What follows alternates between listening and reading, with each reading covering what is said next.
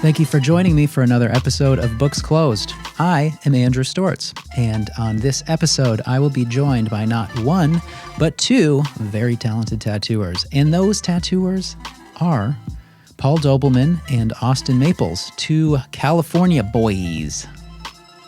They're going to be calling in just a second.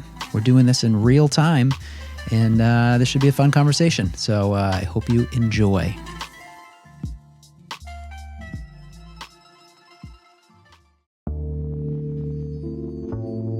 Before we get started, in the place of where you would normally hear an advertisement right now, I am the sponsor this week, and I am sponsoring it because of my desire to have my dream guest on this show. And I may need your help. I'll be honest, I may need your help. I often ask on an Instagram story, or I ask friends, who would you like to hear on Books Closed as far as guest? Who's your favorite tattooers? Who do you want to learn more about? And I get a ton of great suggestions, and many episodes that you've heard have stemmed from people's suggestions when I ask that exact question. But I would like to focus on who would I like to talk to, and who do I think is the most famous tattoo artist ever. When I think about that, the only person I can think of is Fred Durst of Limp Bizkit, who was a tattooer in the 90s. So, if you have a link to Fred Durst, if you know how to reach Fred Durst, if you think you could help me get Fred Durst on this show, I would love for you to please email me, andrew@booksclosed.com, and let me know what you think. You could also DM me on Instagram @Andrew Stortz. However you need to reach me, if you've got the goods on Fred Durst, help me out. Thanks. How are things going in California? Because everything I read in the news makes it sound like being a tattooer in California is the shittiest thing ever. It's fucking awesome. Yeah, I love it.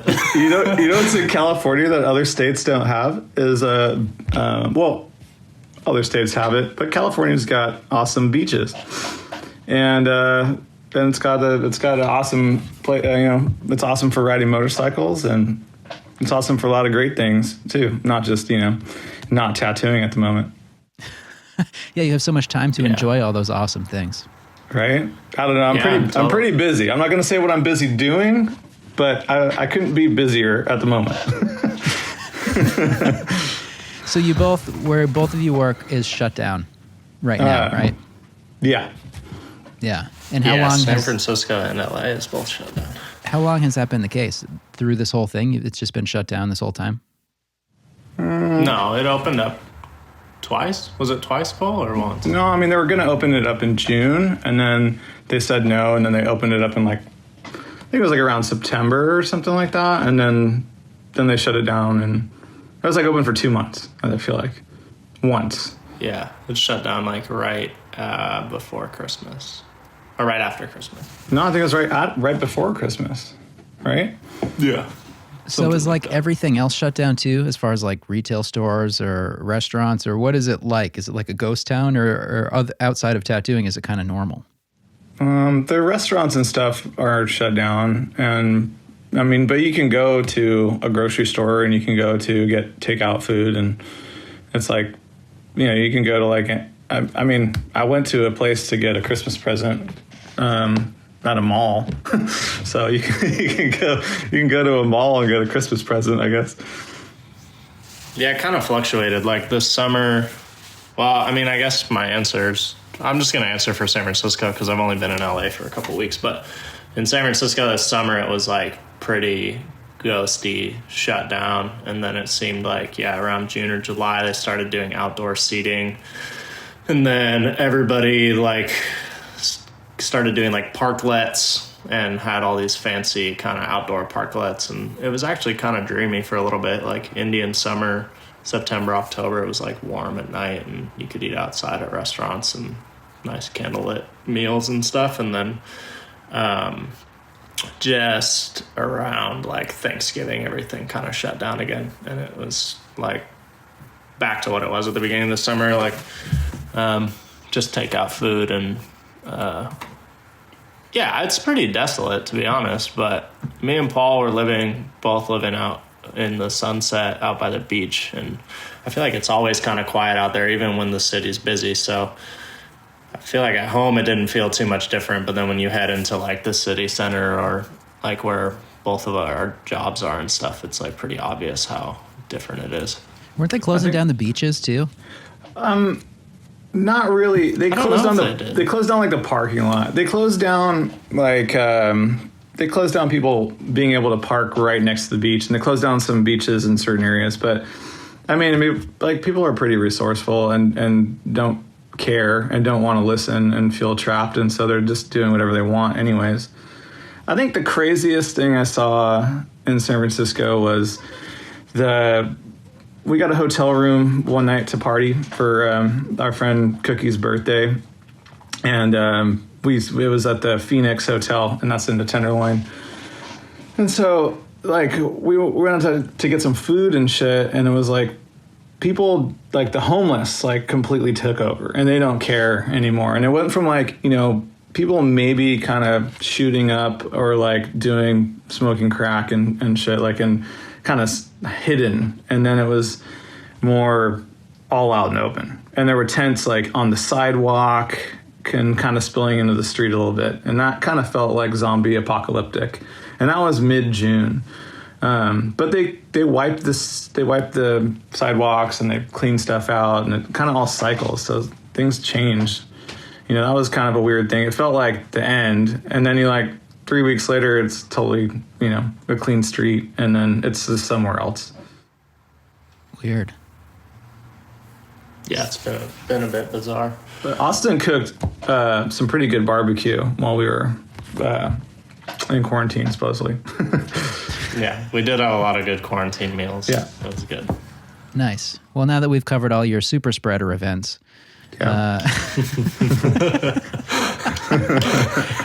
so Austin, you opened up a new shop amidst all of this. You moved to LA and you opened Enjoy Tattoos. Just seemed like the right time. Kind of, yeah. I mean, yeah, actually, honestly, like, I think it was kind of the natural trajectory, like, of my career at some point to, I don't know, bloom into doing my own thing. I wasn't necessarily like planning on it happening now, but with the pandemic and, you know, tattooing during it, like doing all the social distancing and having like COVID precautions and wanting like a safe and comfortable environment for people and having some sort of like normalcy or a feeling of normalcy for your clients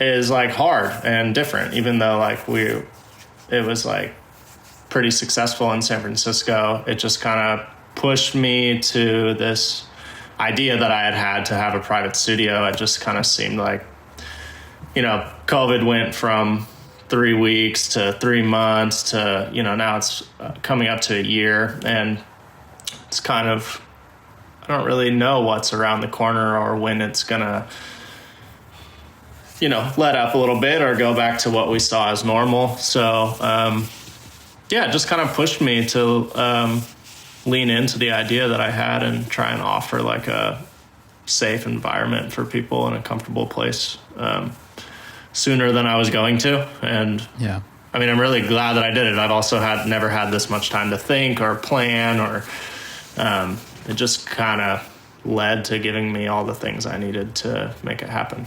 Yeah.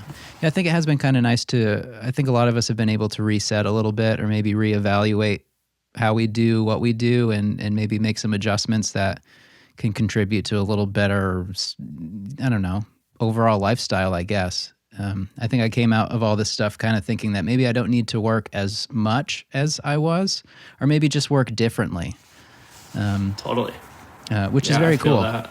Yeah. What do you think about that, Paul? Have you had any changes, or have you reevaluated any of your approach? Yeah, I think I was getting a little burnout before everything happened, and I kind of work all the time, and definitely through my 30s, I was like all about it, and it wasn't until this break where I kind of felt like I want to continue to work hard. But sometimes when you have to do too much all the time, it kind of, certain things suffer, certain parts of your life suffer. Like if you have to do too many of the same types of tattoos, like you put only so much energy into the ones that you're doing. And if it helps to take breaks. And I think I was just like traveling so much. 2020 was going to be the busiest year of my life. Probably I was on like a airplane every month. That was all planned out until, October. And then we had some plans that we were going to go in December, and none of that happened, obviously. But what did happen was kind of some better perspective, and I got to chill and paint more. And I love painting.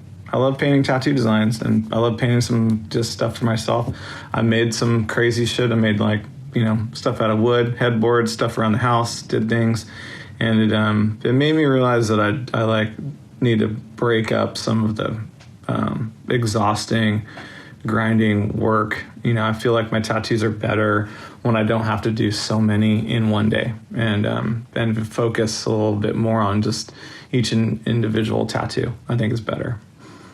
What do you think it was that was driving you to work the way that you used to? Well, to be honest, I was like, how long can this fucking last?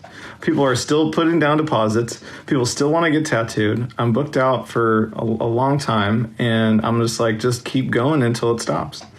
And I was just stoked that people wanted to get tattooed, and I was, making a living and surviving, and, getting to have fun toys like motorcycles and things like that. And I was like, how long can this last? And it turns out, pandemic happened. So I think that, it's a good wake-up call that things can change. But also, people still want to get tattooed. It doesn't, this shit doesn't really matter that much. I mean, it fucked everything all up for a lot of things. And it's really sad when people are in situations that are, crippling, whether it's mentally or financially or all that stuff. But I think if you can find some of the good things like we've been talking about, like Austin opened up Enjoy, which I'm so proud of you, Austin. I love you, and I'm so stoked, and can't wait to work there. I love you too. I can't wait for you to work there. Yeah, it is kind of weird talking about like the positives that we feel from all this stuff, because there are so many people that are like not feeling any positives at all. But I definitely feel positive about it. I'm sorry, everybody. I feel positive about the things I've learned about myself in the last year. I agree. For all similar reasons. What do you think, Austin? It's been one of the best years of my personal life. And it's been a really hard year. And like, there's like, in it being the best year has nothing to do with like not being involved or noticing like how fucking hard and like bad it's been too. But, like there's no sunshine without rain, and like the sun is way more enjoyable this year. It's amidst all of this stuff. It's been, I don't know, it's been kind of awesome. It's been really eye-opening and educating, and like lots of soul searching and being present. And it's also just like, I don't know. It's just been kind of great. It's been awesome. And I feel the same way. I feel bad, like, being positive about it, too. But I've even noticed, like, with the clients I've had, at first feeling a little bit awkward, like, or feeling like I shouldn't say that I've been, like, having a good time or enjoying myself. And I feel like people like it. People are like, seems like people are missing positivity in their life. And as soon as I start like talking about all the good stuff that's been going on, people are like, wow, this is so nice to hear, man. All I'm hearing is like how upset people are, and I haven't heard anybody say anything good. And I've been enjoying it. They're like, oh, wow, Austin, that's so cool. I mean, my Nana's in the hospital, but I'm glad that you're having a good time. Yeah, I have heard that, actually. A little bit of that. Right? It's so fucked. It's fucked how different everybody's experience can be right now. And it's, when it's based on health, it's maybe one of the first times we've seen where like widespread It's not just like a class breakdown in the country of who's having a good time and who's having a bad time, because you can be the richest, most successful person in the world and be sick as fuck at the same time, and it just changes everything. And I think that's pretty interesting. And it's almost like all this stuff, all these things that we're so used to at this point, it was all stuff that we probably never even considered was possible. As far as like, oh, I've got this trip booked in 4 months, and like, there's nothing that can happen that will make me not be able to go unless like I'm sick or whatever, I break my leg, or, you know, the event is canceled or whatever. So it's kind of a crazy thing to think that we're just used to this total like unknown and like not being able to plan ahead and just being unsure of everything that's coming at us. And I think it's weird. It's weird to be comfortable in that space. Yeah. Yeah, it definitely made me think twice about like being more prepared for things in the future. I mean, I was definitely living in the moment right up to that moment. And we both live in San Francisco. It's like one of the most expensive cities in the world to live in. And I definitely was not prepared to have months worth of living costs like sitting around. I could only afford to have a few months off work before I needed to work again. And yeah, it's like, I mean, I'm like Paul said, we're fortunate that we have work and like we're able to make a living if we need to and figure it out. Yeah. When everything first happened, it was like, all right, well, you know, it's like, cool, I have to take a few weeks off. And then all of a sudden it was like, oh, we're not going back to work. And it was like, oh, we're not going back to work for a while. And it was like, at what point do you decide what to do from there? And you kind of realize that you got to rely on yourself a little bit and figure things out. Yeah. Yeah, it's weird when all the skills that you've spent your life for however many years building just like are not a valid way to make a living all of a sudden. Yeah, it was bizarre, man. I mean, I same as Paul, I think. I mean, we were hanging out with each other a lot, and like we kind of had our little pod, me, him, and my housemate Derek. We live like a block from each other, and we're like painting and barbecuing and, you know, just whatever, being friends. And I thought I was having like a really good time and like, you know, I don't know, like in making the best out of the situation. And I was excited that I was so close with like friends, like lived with one of my best friends. And but when I got to do my first tattoo after like months of not tattooing, I didn't even realize. I knew I missed it, but I was like a little kid. I was like giggling and like wanting to jump up and down, and I felt like I had just chugged like 4 Red Bulls. I was like so energetic and like excited, and I couldn't stop talking about it. And I was just like looking at the photo of the tattoo like over and over again, and I missed tattooing a lot. It definitely made me appreciate tattooing even more than I already did, which I already did a lot. Yeah. So yeah. that was kind of a cool feeling. I enjoyed that. I definitely felt the same kind of thing. Like super grateful for like all, you know, it's like starting to be burnt out a little bit from working so much to being like, fuck, tattooing saved my fucking life. I owe so much to it. I've gotten to travel around the world. I have a house that I live in because tattooing pays for it. And I have all these, you know, great friends in my life from tattooing. You know, I have, you know, a lot of great people in my life just in general, but tattooing gave so much to that. And then it definitely, you know, was a just another realization of how important it actually is to me. And then it kind of just makes me motivated for the future and want to do better. Was there ever a point where either of you considered moving to like Texas or Florida? Fuck no. And I don't mean that in a way. I'm one of those kind of people that I love California, and I don't care much for politics and don't really pay. I mean, I pay as much attention as I need to, but when there's all people hating California so much and whatnot, but it, you know, they don't get to spend a lot of time here, the people that seem to hate it as much as they do. And what I get to do in California is some of the coolest shit ever. Some of the most beautiful scenery, some of the best food, and I love the coast. I couldn't live in a place maybe that didn't have ocean. Florida's obviously got ocean, and I think Texas is rad. I love Austin, had a great time there. I love Dallas, had a great time there. Been to Florida a couple times. It's the weather's great. It's awesome, but California was like probably where I'll die.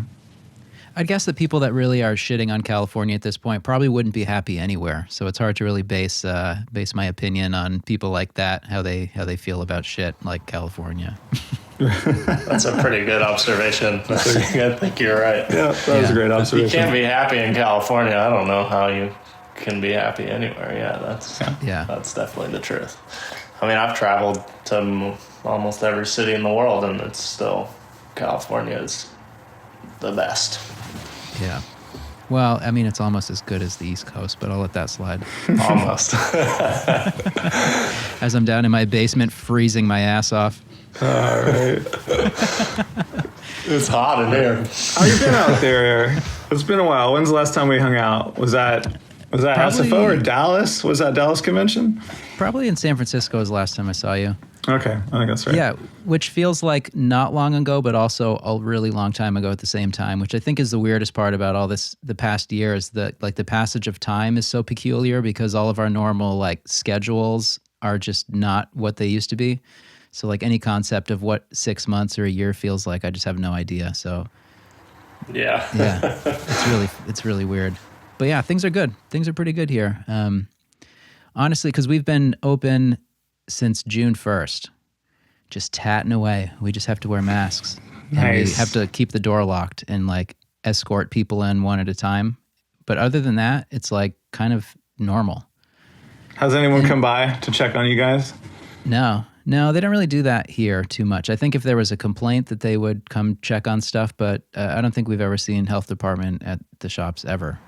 That's cool. That's good. Yeah, they're pretty relaxed, I guess, but maybe they're listening now and they're like, all right, you guys are fucked now. Well, we haven't done anything. Yep. I don't know what you're talking about. But yeah, it's good. Honestly, I've never been busier, which is a very odd side effect of all this that I would have not have expected. Yeah, people are fucking down to get tattooed. Yeah, well, they're not going on trips. They're not doing all this other shit that they might spend a bunch of money on. So it might be the perfect time for people that have been hoping to get larger tattoos or whatever, and it's like that's their thing now for the next 6 months or a year or whatever. So I'm definitely not complaining. That's awesome, man. Yeah, it seems like for the general public, a lot of people, the unemployment was more than they were getting paid from their employment, and they're not able to do anything to spend money. So people that I know have been able to like stack a little bit more of a savings than they've wanted and had too much time to think about improving themselves, whatever that is, their homes, their bodies with tattoos. It seems like some of the close cities to us, like the city I grew up in, Santa Rosa, when I heard that like when they were allowed to have walk-ins and stuff, it was like the busiest the shop had ever been in 20 years of being open. That kind of heard that everywhere. So it's crazy that tattooing seems to be kind of like the cockroach of business. It just like survives no matter what's happening. It's like thriving and it's like the worse the world is, the better tattooing gets, because that's the thing that everyone can justify spending like their last dollar on for whatever reason. People do that all the time. And I mean, that's the punk rock thing to do, right? Fuck rent. Get a tattoo. Yeah. Well, it's crazy because I laugh at it like, well, it's so crazy that people do that, but how the hell did I end up looking like this? I was doing the same things. I mean, I'm still doing the same thing, so I totally understand. Yeah, it's a funny thing. And I mean, it's therapeutic. It's like, it's a fun thing to do, you know? People have a good time getting tattooed. And I'm actually a therapist. I only charge for therapy, and the tattoo's free, I guess. Yeah. So you take insurance? Yeah. Yeah, right. That'd be nice. No, cash only. You'd have stacks of cash behind you right now if you were taking insurance. Seriously. You'd be sitting on a chair made of $100 bills. Yep. You fucking Midas. But yeah, that is interesting. That it's like such a... in a time where people are so unsure, that I guess it makes perfect sense to look at it that way, that getting tattooed is a higher priority maybe now than ever. Coupled with the fact that they've had a lot of time to like surf the web and find out what their next tats are going to be, and their Pinterest boards are exploding. Yeah, exactly. Pinterest is definitely exploding. I think everyone's on the internet so much, and then you get, people are like, I want to look like that. I want that tattoo. They're just building up all the, things that they want. They're like, I can't wait to go do that, or can't wait to do this. And they're like, I can't wait to look like that. Maybe, I can't wait to get this thing I've been wanting, or if they have more, like Austin said, they have more time to think. And so. Yeah. Yeah, they're like, when I can park at the beach in 7 years, I'm going to show off all these new tattoos and I'm going to look so sick. Yeah. So let me ask you Only both fans, this. man. Because both of you That's guys... why they're showing them off. Both of you guys have side projects. You both do like apparel stuff. Austin, you do Maples Merchant, and Paul, you do Speed. So have you guys noticed, in addition to painting and all other stuff where people can buy that isn't just the tattoo, have you noticed that through all the shutdown stuff that people are buying more stuff? No, not really. Really? I think it's actually less from what I've noticed. But Okay. you go for it, Paul.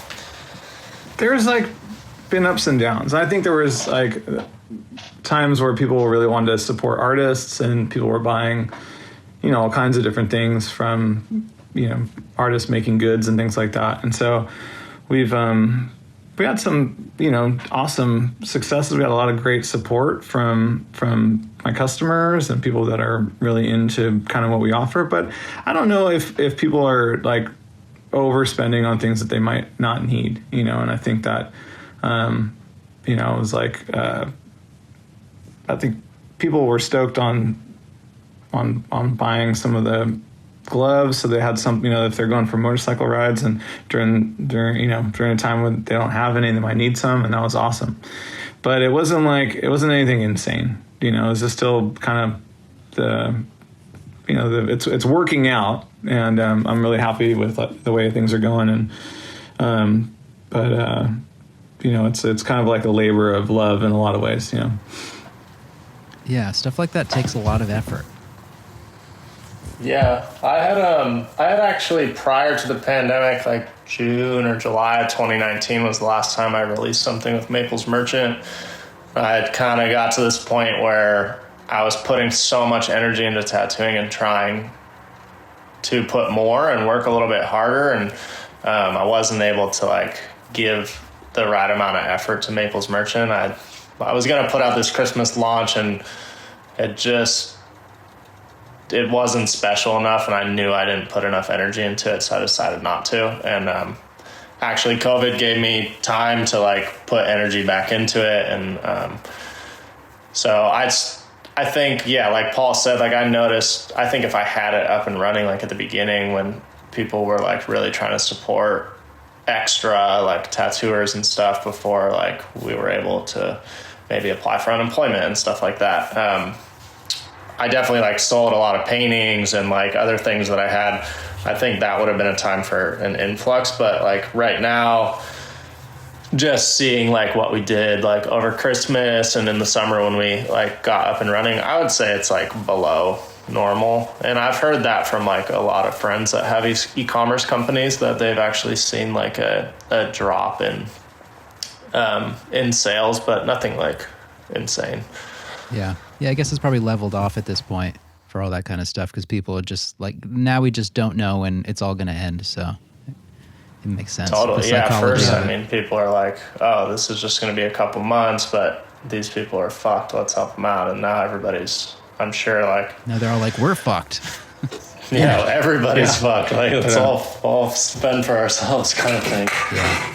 I think people ran out of unemployment. Yeah, and it's like what you're talking about. People are, but there's so many people that are, I don't know, they tattoo all kinds of people, tattoo anywhere from plumbers to, other artists to commercial real estate people.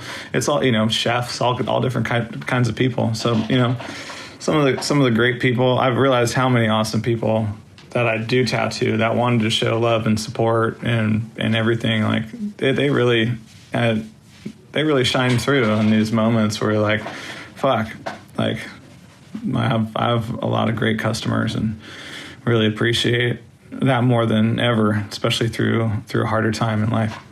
Yeah.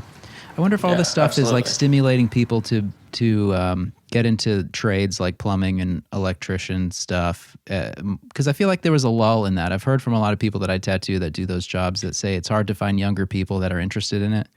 But I feel like to see the importance of it now, it's got to seem like a more attractive career path for a lot of younger people.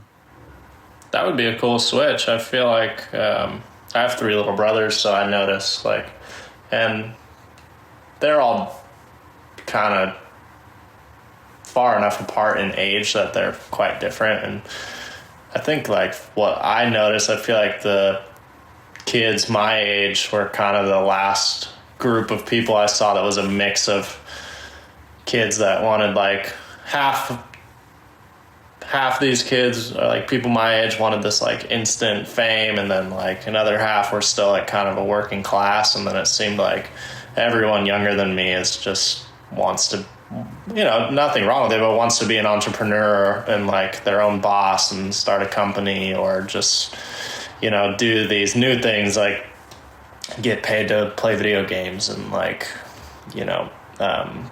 model on Instagram, like all stuff that's totally doable, but there's a lot less people that want to just have a that's what we do now. Yeah, exactly. I think that's part of getting old, is you stop understanding why younger people do what they do. Yeah, I definitely noticed like myself saying things that my parents were saying to me when I was a kid, Yeah, now you're the conservative one. Yeah, it's crazy. I mean, there wasn't a job for, anything social media when you're growing up. I mean, there is now, you're like, I can't, like, I'm going to be an influencer when I grow up. I'm going to be the best bikini model that ever lived. I'm going to have all my friends take awesome photos of me. I'm going to know all the photo tricks. I'm going to have I'm going to buy a butt that's bigger than everyone's, and I'm going to show it off to the world. You can fucking do that now. It's like easy. You should do it. You're like, it's now you can have that job, Well, I mean, they've cut out the middleman, like modeling agencies, all that stuff. It all exists, of course, but you can just have a butt and an Instagram, and you're doing it. Totally. You barely even need a face anymore. You don't even need a face. Yeah, you don't. Yeah, there's that girl that twerks she's like the best twerker, and she's like, that's her job. She's a twerker. It's kind of amazing. I mean, she's amazing at it, but yeah. I mean, if you're the best at anything, you should be shining on the Instagram or social media at this point. Yes, I feel that. So one thing I wanted to talk to you guys about, and this is kind of from my own selfish curiosities, as most of the things I usually bring up to people I talk to on the show, is I wanted to talk about kind of like how both of you are able to cultivate a very focused clientele, or at least what appears to be a focused clientele. Because personally, I've felt lately that after pretty much the whole time I've been tattooing, I've just focused on trying to be good at everything I possibly can, like style-wise, and try to be everything for everyone.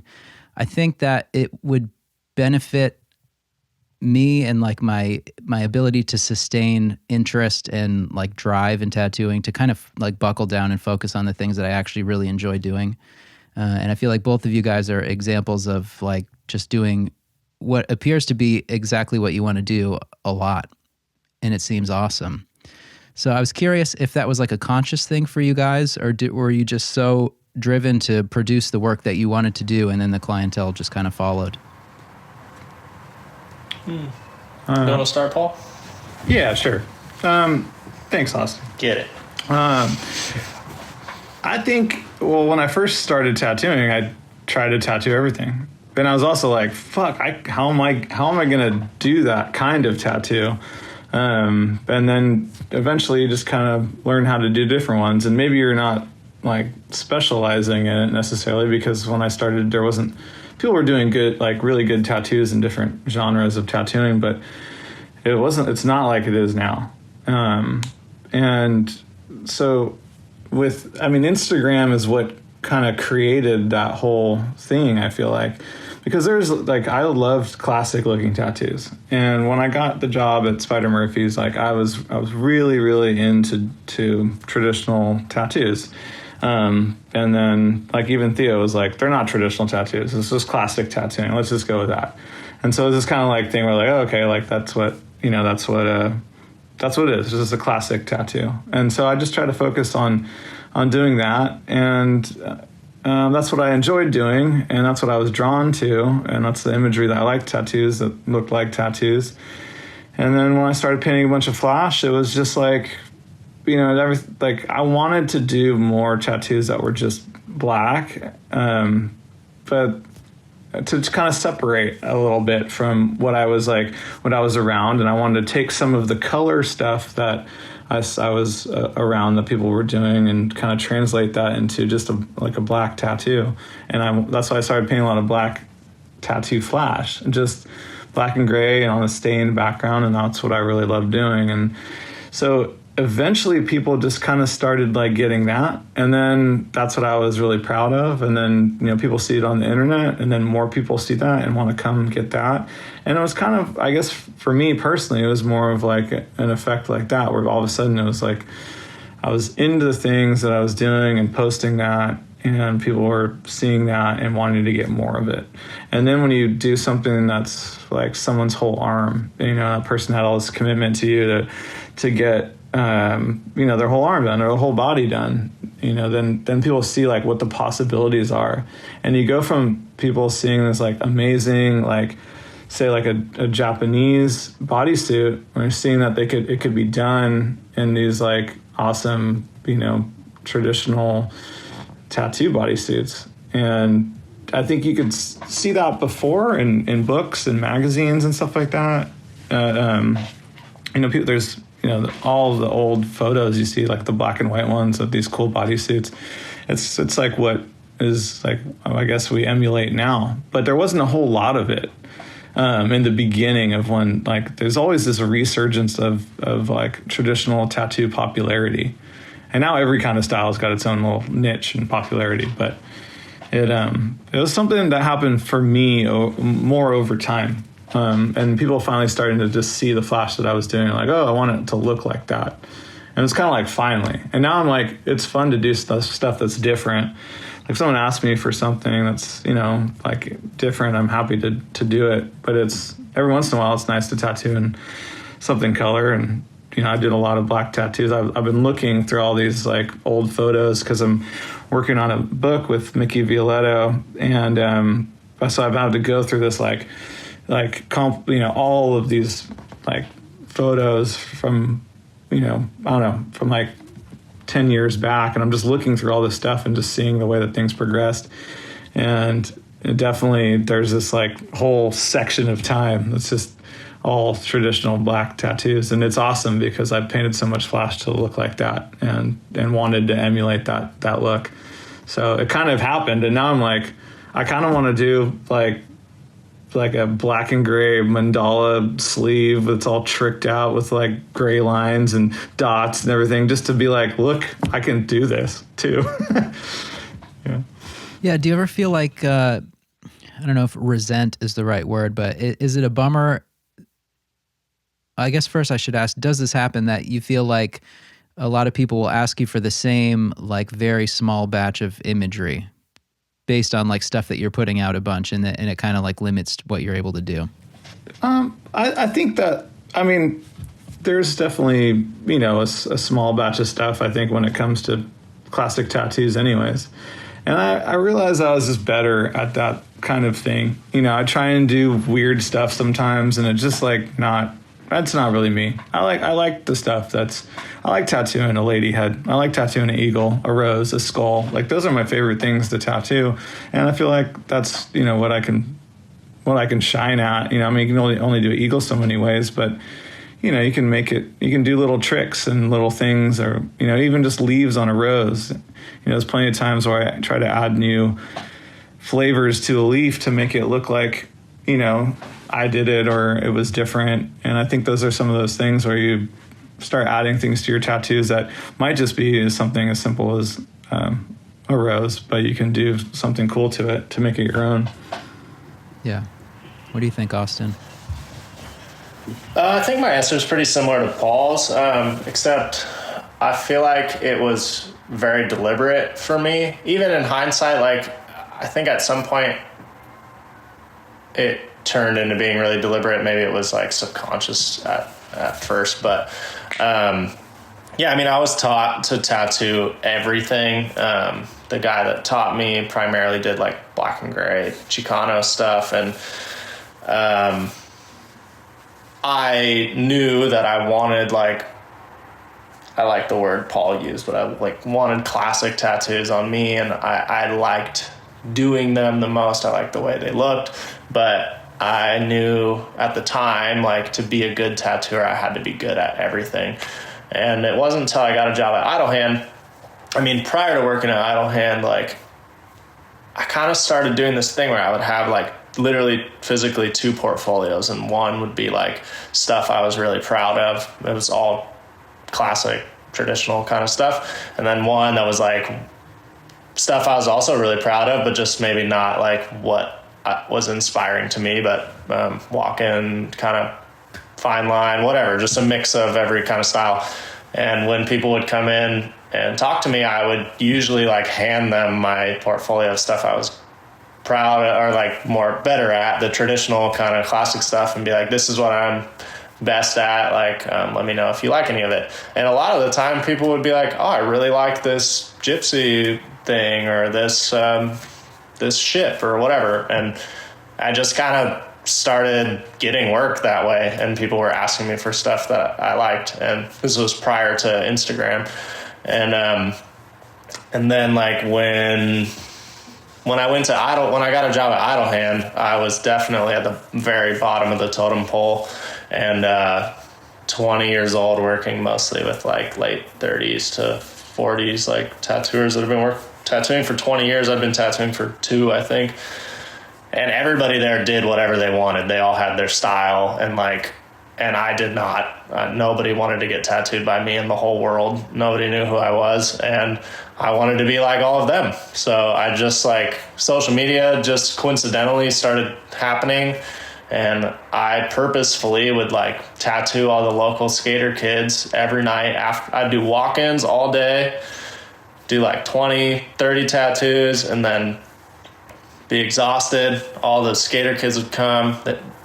They'd bring beer. I'd tattoo everybody for $100, but they would let me do what I wanted to on them, and I would do some old Burt Grimm flash or whatever and make sure I took a good picture. And I would only put those things on Instagram. And I kind of built this separate clientele that I then started having 1 or 2 appointments every day, and I wouldn't have time for that many walk-ins. And I just kind of just kept that rolling, and I still do that. I mean, I get asked primarily for stuff that I'm good at, but even still on the regular, like bi-weekly, I do something that, you know, is maybe more curated to the client than to what I specifically like find creative, or like full creativity.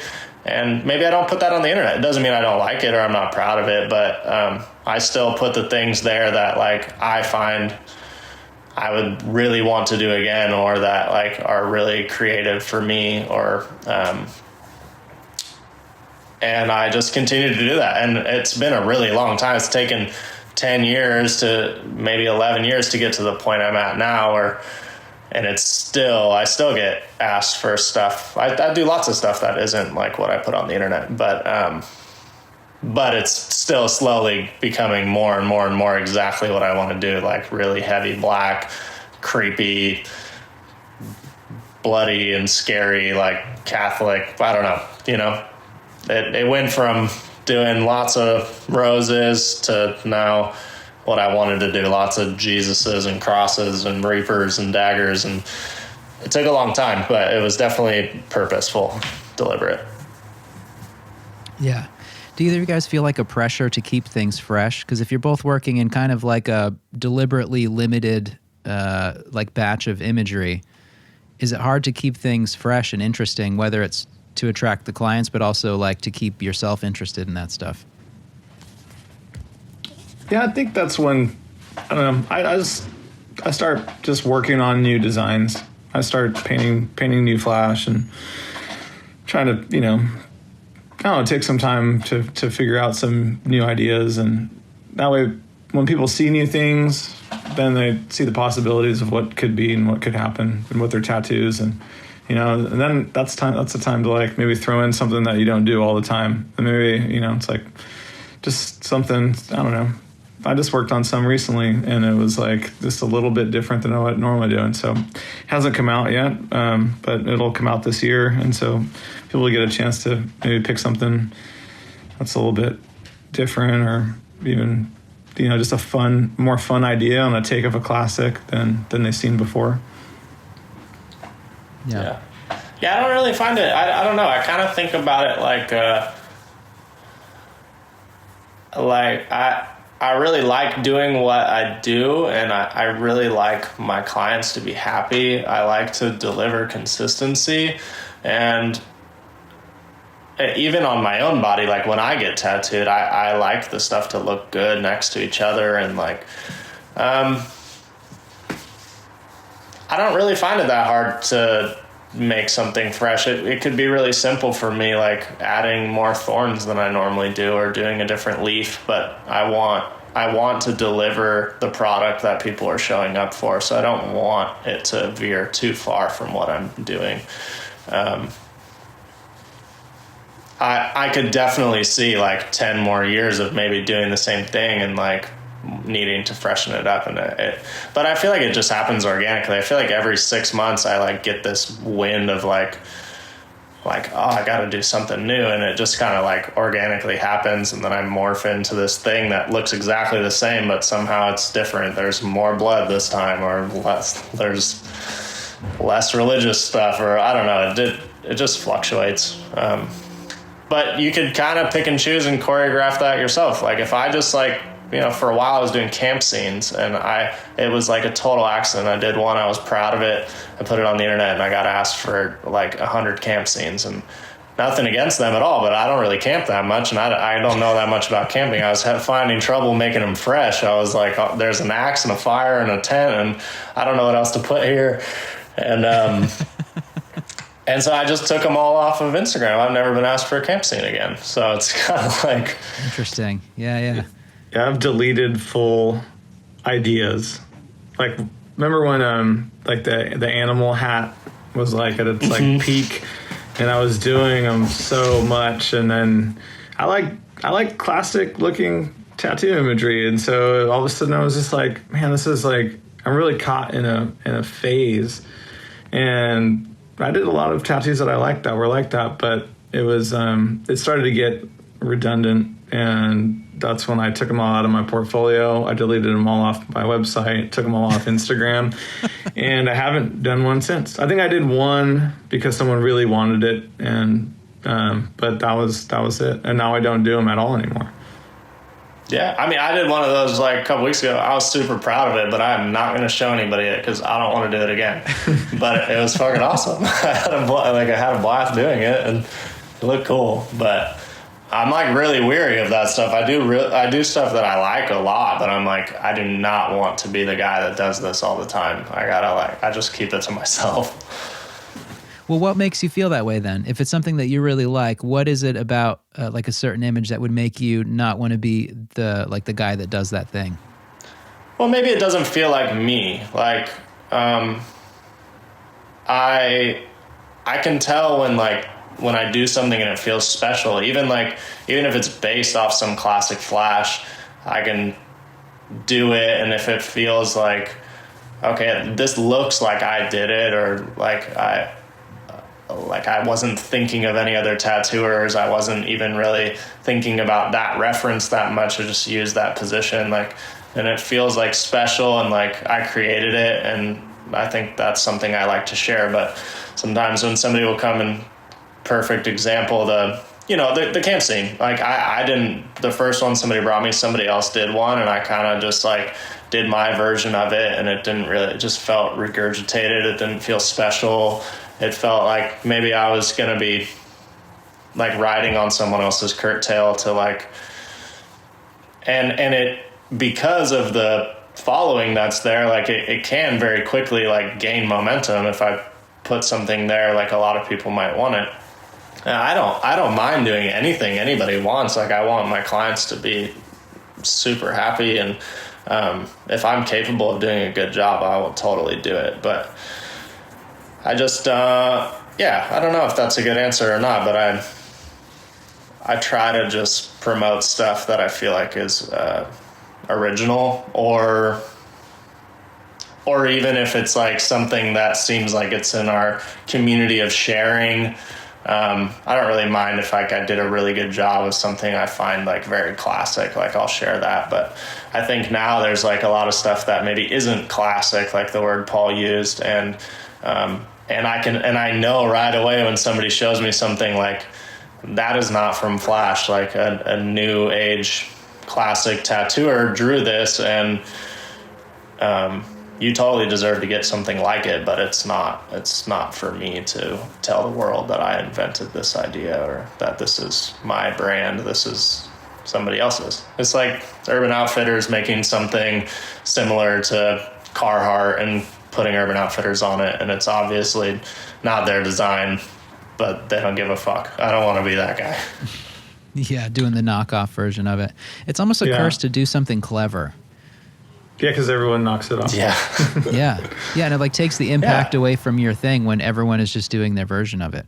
And in a way, it's cool that you can like make something that resonates so much with so many people, but it becomes not your thing anymore, which is kind of a bummer.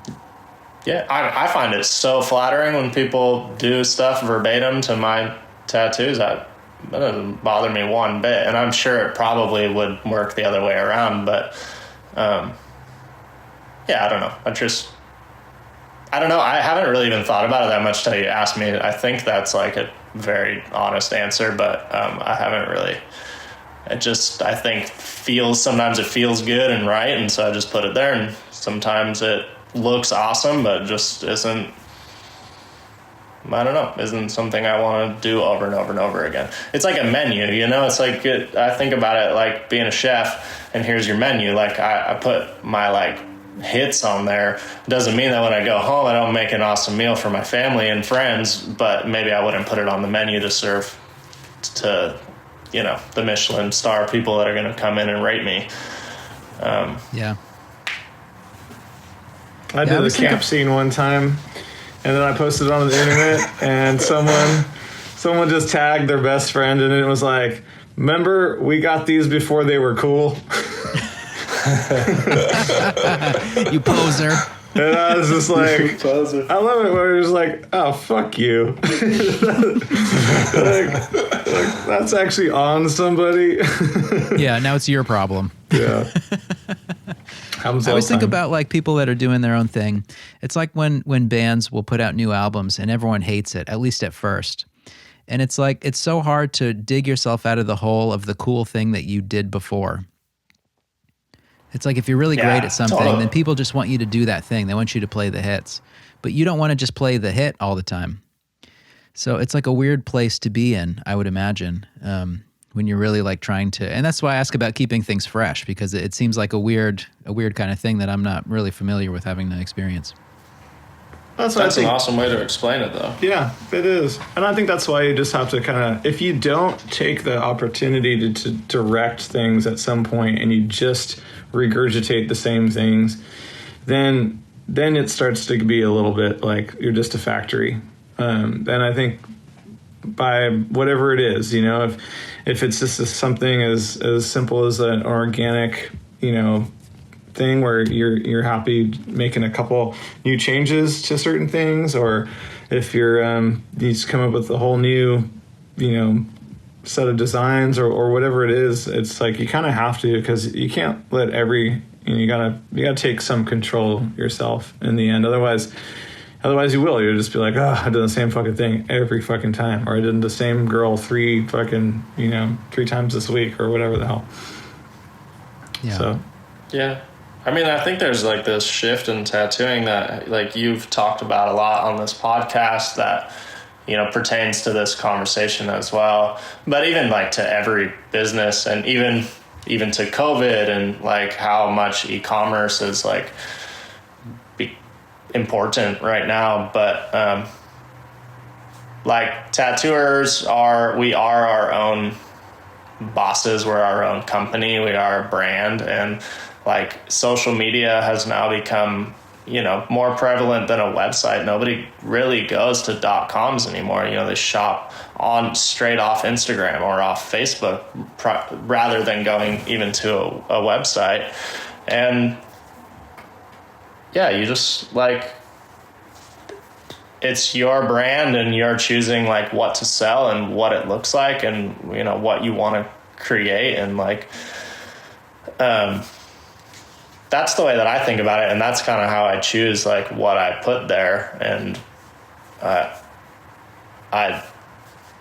I just very specifically think about it that way. Like, this is my website. Like, what am I going to put on my website, or what am I going to put, up for sale from my brand, like from my company? These are the things. And it does work specifically that way. Like, I mean, I'm sure, I know you do like a wide variety of tattoos, like an array of them, and you put them on your social media and they're all like hits. They're really awesome, each one.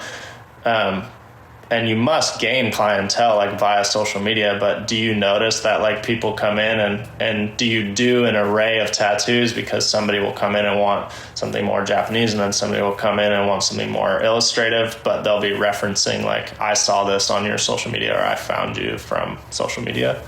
Yeah, a lot of times. I feel like I get a lot of emails that's like, my friend told me to check you out. I love all your work. Everything you do is so great, so I want you to do this Celtic cross. And it's like, okay. And I know every tattooer experiences that, where it's like you read the first... I experience that all the time. Yeah, the first 3 sentences of the email, and you're like, hell yeah, chest eagle. Yeah. And they're like... yeah.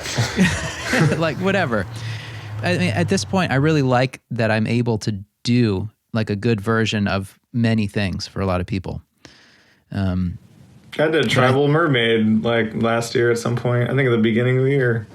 Yeah. It was just, and like you were saying before, it's fun to kind of shake things up and just do different things too, especially when you are like so focused, I'm sure. But I feel like in the last couple of years, what I've experienced is that I've gotten the most requests for things that I wouldn't say that I want to do the least, but like not the things that I most enjoy. And it's like a weird place to be. And that's why I ask questions like this, because I'm hoping that I can like internalize some wisdoms from people who I view and who I've viewed for like a number of years, who are doing like what I would like to do as far as like focusing on a certain thing. You just got to delete everything you don't want to do off your fucking social media. Well, I'll have like 2 tattoos left at that point. No way. You got plenty of good stuff. You just got to take off what you know, and once people don't see it anymore, they just don't think that you can do it. I mean, there's a whole generation of people now that are just famous for doing like kitchen wizard tattoos, and it's like, but it's in a professional studio and they charge however much an hour for it. But they're specialists. But they specialize. So much. Exactly. And I think those people, I mean, it's amazing. Yeah.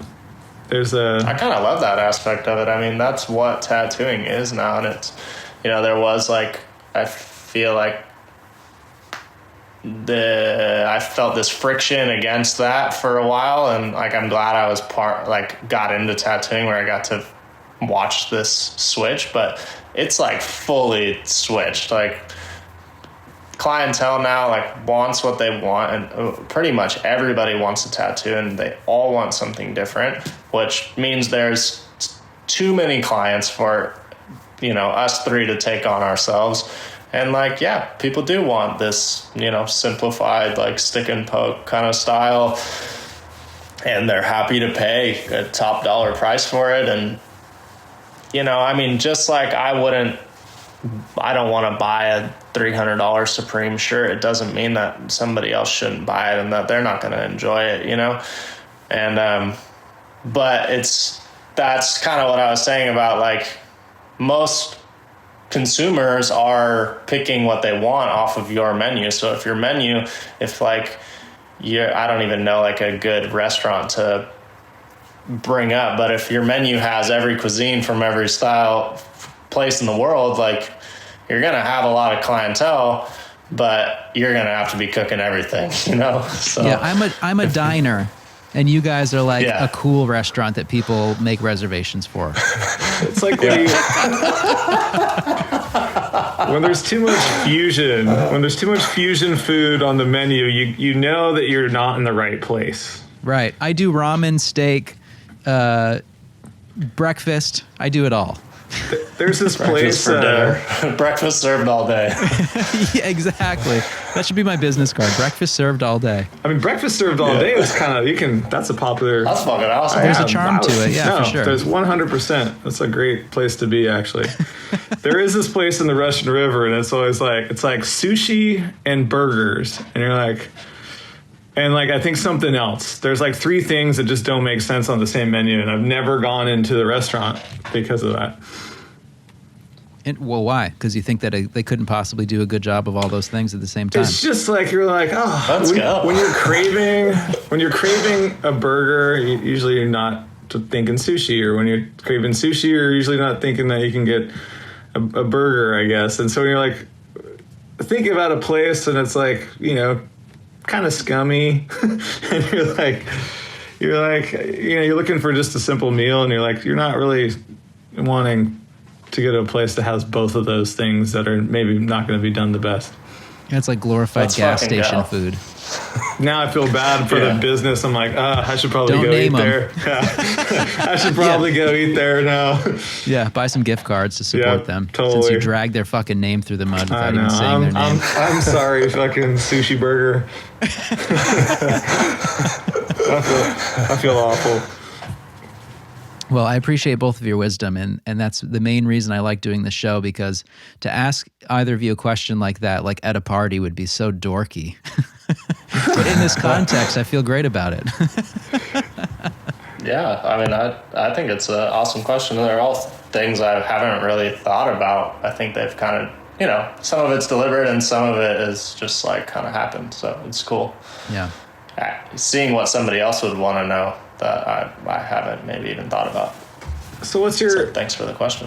what's your favorite crime that you did when you were a kid, Andrew? Well, I got arrested for assault when I was 16. Sick, me too. Oh my gosh. Third degree. Damn. Third degree. Who'd you assault, Andrew? It's not a cool story at all. I mean, I could tell it in a way that it's cool, but I was like literally playing in a park, and I pushed a kid and he fell and broke his arm, and his parents were not enamored by that happening.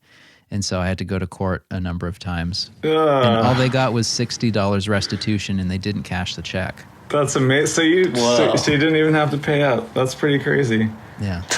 Suckers. I know. They got the shit. Oh man, that's awful though.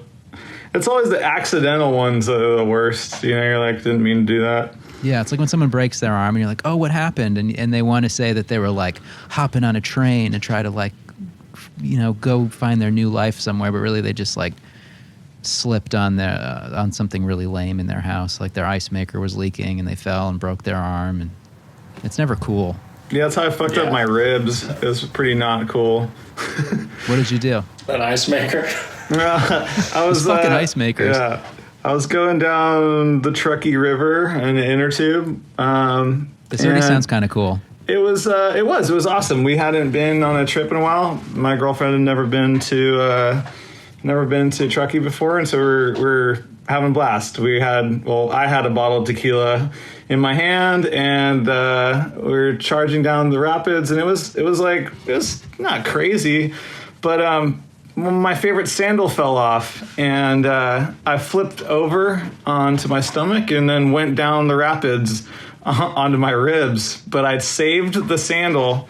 It was actually an Adidas slide, and I didn't know that they were called slides until that day, and then I didn't break. It's like you're sliding down the river. Yeah, exactly. But I did not break the tequila.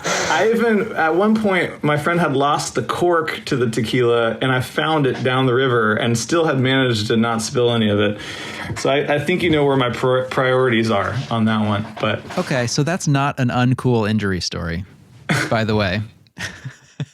That has drama, that has intensity that builds throughout. Well, thanks. I appreciate that because I felt pretty stupid for fucking 3 weeks about not being able to breathe right. Yeah, no, I could see that. So, Austin, what's your best crime? What's your rap sheet? Oh my gosh! God! I think when I was a kid, everything I did seemed cool, but now that I'm thinking about it, it's like not cool at all. But I don't know, like the one that popped to mind right away, like I did like a lot of graffiti as a kid, so they're all kind of stories around that. But I think I was like 15, maybe 16, and I'm young, so Four Locos were like out, and the naughty ones, like the ones they banned or whatever, they were like kind of like doing a line of speed and getting really drunk at the same time. They were crazy. You were loco. So me and a couple of friends, like, yeah, Four Loco. So we drank a couple of those. We decided to walk to the highway and like do some graffiti. We were like stumbling in the middle of the highway with like cars coming. So dangerous thinking about it. I thought it was so cool at the time, but literally thinking about it right now, it's like so idiotic. But we like couldn't find this wall. We were like too drunk, and we were like running up and down the freeway looking for it. We were like passing it over and over and over again, and then finally somebody was like, it's right here, like we got the wall. And we like pulled out spray paint cans and started trying to paint, and I noticed the headlights coming down the highway. I could like tell they were like a police car, like Crown Vic or something, and I was yelling like, cops, cops, and my buddy just kept running. He was like looking for another wall, and he was just running towards the police. I saw them turn their lights on. I jumped in this bush and like put this pea coat over myself and was like hiding in this bush with a like a plastic bag full of spray paint. And both my friends got arrested, and the cops came looking for me. I could see their flashlights, and they were like looking in the bush, but they couldn't see me because I was like underneath this pea coat. And yeah, they ended up leaving, and I went home and sobered up, and then my buddy called me from jail, and I went and picked him up with my mom, I think, the next day. And that was probably the best one because I didn't actually get in trouble. And it wasn't a crime. Invisibility cloak. It wasn't a crime. Yeah, you told your friend's crime story. Yeah, I mean, I was involved. I was doing the graffiti. I just didn't get arrested for it. That's a success story. Yeah, that is a success story. Successful crime. Totally. Well, let me see here. We've been going long enough here. Do either of you have any deep, dark secrets you want to divulge before we wrap this up? Deep, dark secrets. I want to make this like a segment where I have like a cool graphic that's like deep, dark secrets. Deep, dark secrets. But I don't think anyone would ever actually divulge a true deep, dark secret. My deepest, I'm trying to think. Darkest Go for it. secret is that I'm super into furries. Oh my gosh, you just told me this like this year too. I know, That right? is his darkest secret. Damn. It doesn't have to be dark though. Let's shine a little light on it. So do you have a furry suit? I love cartoons. Yeah, I have a custom made furry suit. It's kind of like Bugs Bunny, but it's bright pink. It's pretty fucking awesome. So let me ask you this, because I've watched, there was like that documentary on Netflix or something. Is the furry thing a sexual thing? For me, it's more just I like to do just ridiculous fun shit. And so, you know, if you get to have sex with someone in a fucking pink Bugs Bunny costume, you're just kind of like laughing all the way to the bank on that one. It's awesome. That makes sense. I can appreciate That's a really that for good sure. one. I don't think that shouldn't be a deep, dark secret though. Well, it's not 2021. It's not a secret anymore. Yeah, I don't think I really have. I mean, I'm a pretty open book. I feel like there's obviously, like, oh, no pun intended on that one. Hey-oh. Damn. Thanks for that. I'm going to soundbite that. Yeah, I feel like the only one, this is like just silly, but when I was like a kid, I used to like fornicate with some weird stuffed animal when I was like 8 years old.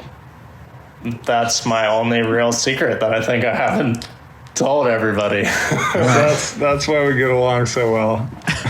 That's true. You guys have a lot in common. Yeah, we do. That's kind of nice, actually. This is a beautiful thing.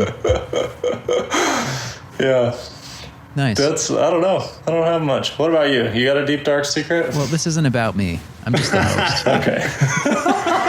All right. Next time we hang out, Andrew, I'm gonna get you drunk and we're gonna get it out of you. You know, Paul, camera. the first time I met you was the first time I ever drank tequila. Really? No way. Because you're like, just drink this fucking tequila. And I was like, okay. Oh, man. I knew I'd like to. I never drank until I was 30. So I'm like living a high school existence still. I'm still having my first experiences with many things. So I might go fuck a stuffed animal after this. Fuck, that's sick. Maybe I will too. That's awesome. How old are you now, Andrew? 34. So Oh, wow. I'm like So you've only drank alcohol for 4 years? yeah, I'm like a senior in high school. That's killer. That's awesome. Oh, that's fun. I have some other friends that didn't start until later. And I actually like it because you skip all the shitty, I mean, I guess it's like cool life experience and stuff, but I've said before, I'm like the Benjamin Button of life experience, so I'm working in reverse. There you go. That's cool. yeah, that's great. So anyway, fucking stuffed animals. Are we talking a teddy bear, or are we talking like a character from a cartoon or a movie? Oh man, What's guess that I was trying crusty to ass avoid stuffed that part. animal you have? It was like a full size Simba doll. Okay. Like it was like firm. It wasn't even Nala, dude. Wasn't the girl one? No, I didn't. I only had one. I didn't have a lot of stuffed One animals. special one. So Yeah, whenever one you hear special one. Hakuna Matata, do you get like a little fired up? Yeah, get a little twitch in my pants. A little fanny flutter. This is when people start hating on California again. Yep, this is Well, where I belong. I think thinking back to when you were 8, it's very open-minded that you fucked Simba, so I can really appreciate that. Yeah, I mean he was cute, so Yeah. Yeah, he was. I was more into Ariel, but Typical. That's yeah. fucking typical. I know, it's boring. I was into the Spice Girls, but they were too old for me, so I just settled for Simba. That's like the food pyramid of pop culture right there. Yeah. Lion King and Spice Girls. Well, I can't wait to hear about the DMs that each of you get after people hear this. Right? So keep me posted. I'm They're not turning coming. them off. I'm gonna put that rabbit suit in my new set of Flash. Oh, that'd be nice. Ooh, I think you might should. find like a whole new segment of people that are going to be interested in your work all of a sudden. Oh, just So, wait. People are gonna be sending me all kinds of crazy shit now. It's gonna be awesome. Yeah, that's never a bad I'm gonna thing. be painting Lion King stuff. All right. Well, I want to thank you guys a lot for doing this. This was a lot of fun. And I'm always like apprehensive to do these fucking Zoom calls because it almost feels like a wasted opportunity because I'd much rather be in person with each of you. But for the time being, this is what it's got to be. And I look forward to the next time I can get to California, and I will certainly be meeting up with both of you to probably do this some more because I have a bunch of other questions that I didn't even get to, and I'm going to save them. Awesome. Okay. Cool. Well, thanks for I love having that. us, Andrew. It's Yeah. good to see you. You too. You know, I'm always like hanging out, and Same. it's it's been great. Thanks for asking us to do this. And Austin's one of my best buds, and so it's always good to hang out. Yeah. I like Yeah, this man, dynamic. I really appreciate it. Yeah, of course. I need to awesome like opportunity. figure out some other best buds that I can get on the show. Do you have any best bud combos that you would recommend I try to talk to? Yeah, Freddie and Jason. Yeah, Jeff and Scott. That's like That's a good one. Both of those would be great. They have so much history. Like, you know, both of those teams have a lot of history, and I think that you get a lot of like that's a great era of tattooing too. That I think that a lot of your listeners from all different, you know, ranges would appreciate. You know, because you have people that have never heard of certain people, and then you have people that, you know, it's just the generations are always changing. You know, so some of the younger tattooers might not have heard of some people, and some of the people are like, you know, surprised by that. But it's just the way it is. So, you know, I think that you'd have. I mean, you did Freddie and Scott by themselves, right? Yeah. Yeah. Well, I had Freddie. But it'd still be. Freddie's like Freddie. the pizza of tattooing. Everybody loves Freddie. So that's like an easy one. And I feel like I his rope him podcast into all was of so my good. escapades. Yeah. He's always down for it. He's been very generous with his time with me. So I'm always looking for different ways I can like rope him into some other shit. This is perfect. The best Yeah. buds. You could do a whole segment on best buds. Best buds. I like this because when you have best buds, like you guys kind of did the whole show for me. I would plant the seed, there you you go. guys watered it and harvested it. And this was very nice. You did all the heavy lifting. Well, I had a blast doing it, man. I'm honestly really honored. It was a great time. Yeah, man. Thanks, Andrew. A huge thank you to Austin and Paul for being on the show this week. That was a lot of fun. And you can find Austin at his new shop, Enjoy Tattoos in Los Angeles. And you can find Paul at Blackheart Tattoo in San Francisco. But you probably already knew that. I'll have both of their Instagrams linked in the show notes so you can check out their stuff if you haven't already. As always, I'm Andrew Stortz. Follow me on Instagram at Andrew Stortz, STORTZ. And if you like this show, please go on iTunes and leave a 5-star rating and a review. If you thought the show was less than 5 stars, then you can just skip the whole thing because I don't want to hear it. If you need more info about the show, go to booksclosepodcast.com and check out all the old episodes, videos, and whatever else that you want to find. On next week's show, as usual, I don't know what it's going to be. So stay tuned. I'll be back with something different, something new, and I can't wait to see you again. Thanks for listening.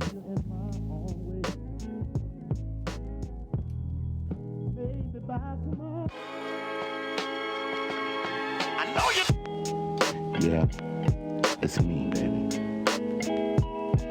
I really, yeah.